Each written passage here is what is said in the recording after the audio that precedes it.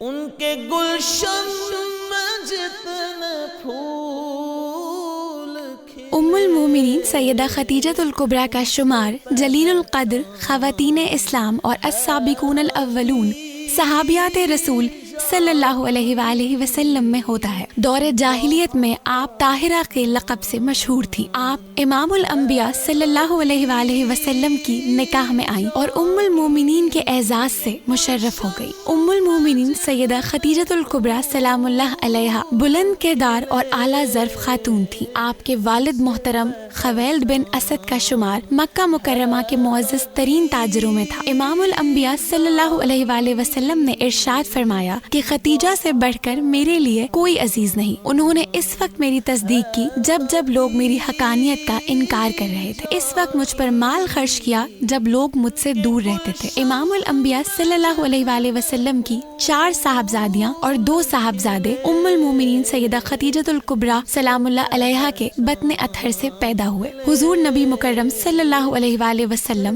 سیدہ خدیجہ سے بے پناہ محبت فرماتے تھے۔